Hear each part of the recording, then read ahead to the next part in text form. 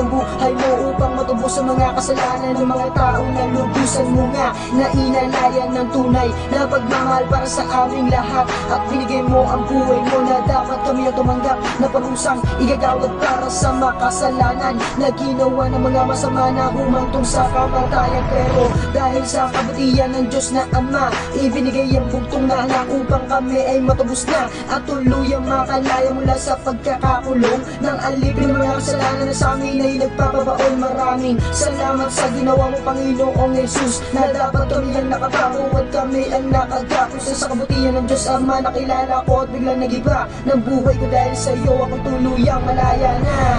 Diyos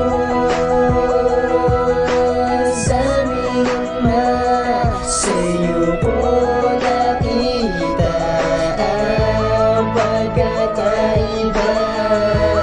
Ano bang dahilan bakit nandito ka upang iligtas sa lahat ng mga nagkasala? Simula mo nakilala ka, nagbago ang lahat. Binigay ka sa amin ng Ama para malaman ang lahat na ikaw ang Diyos na dapat ko lamang napaglingkuran at ikaw ang tagapagligtas nitong aming sanlibutan. Panginoong Jesus, nagpapasalamat ako dahil inalay mo ang buhay mo para sa katulad ko na hindi karapat dapat dahil ako'y makasalanan. Ngunit inalay mo ang buhay mo, mapansin ko lamang na ikaw ang Panginoon mula noon hanggang ngayon. At ibibigay mo sa akin ang isang pagkakataon upang masilayan ko ang liwanag ng kalangitan. Ikaw ang gagawing daan upang mapunta sa paroroonan ng Ama at kasama ang nag-iisang anak. Ikaw ang Panginoon at kami ay nagagalak at ito ang dahilan kung bakit naparito ka. Ang iligtas mo kami mula sa aming pagkakasala. Diyos aming Ama, sa iyo ko nakita ang pagkakaiba.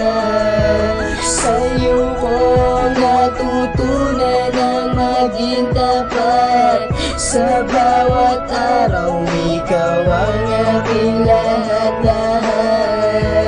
Ano bang dahilan bakit nandito ka upang iligtas ang lahat ng mga nagkasala? Hindi ko mas maisip na ako'y inalaya ng isang buhay na munti kong pagayaan. Pero dahil sa iyo nabago ang ikot nito, mundo na punong-puno ng kasalanan. Maraming salamat sa iyong pagtitiwala. Asahan mo, Panginoon, na ako ay maniniwala sa lahat na sasabihin mo, Panginoong Jesus. Maraming salamat po. Yes, Lord, Father God, Panginoon, maraming salamat po, Panginoon, dahil nag-alay ka ng buhay mo sa cross ng Kalbaryo, Panginoon. Kaya ito yung dahilan, Panginoon, kung bakit bumaba ka mula sa kalangitan, Panginoon, para matubos kami sa kasalanan, Panginoon. Panginoon, maraming salamat po sa ginawa mo, Panginoon, para matubos kami, Panginoon. Ang pagmamalasakit mo ay sobra, Panginoon. At ikaw lang ang Diyos na tinataas namin. Sa tanging pangalan ni Jesus, in Jesus' name pray. Amen. Diyos aming Ama, sa iyo ko nakita ang pagkakaiba.